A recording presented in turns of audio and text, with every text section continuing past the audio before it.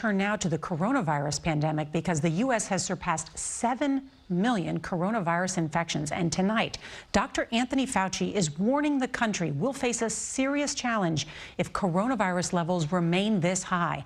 Now, it all comes as the Republican governor of Florida is lifting all COVID restrictions on businesses and says the Sunshine State plans to have a full Super Bowl, which could bring 150,000 visitors to Tampa Bay.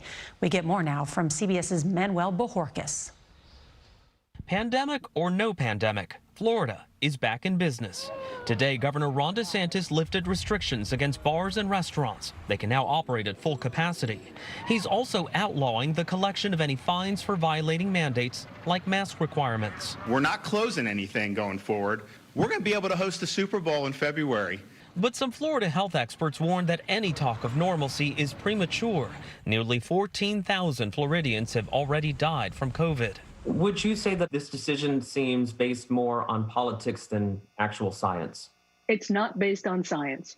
It's the kind of politics that's going to backfire.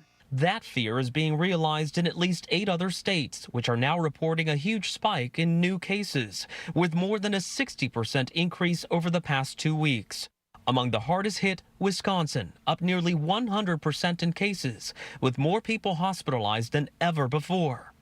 In Virginia, Governor Ralph Northam announced he and his wife have tested positive. Word also today of the first known criminal charges against operators of a nursing home since the pandemic began.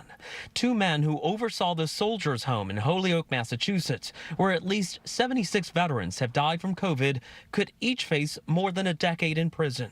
Prosecutors say positive patients were crammed in the same room as those who were healthy. A nurse told investigators she felt like she was walking the veterans to their death, and they were terrified. They risked their lives from the beaches of Normandy to the jungles of Vietnam.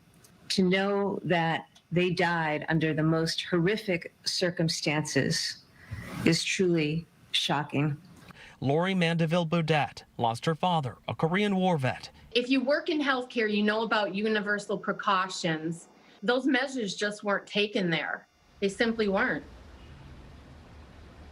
Back here in Florida, the governor cited a positivity rate for new cases below 5% in his push to reopen the economy. But other estimates have that figure at about 11%, which is much higher than many health officials recommend to reopen. Nora? Manny Bojorquez, thank you.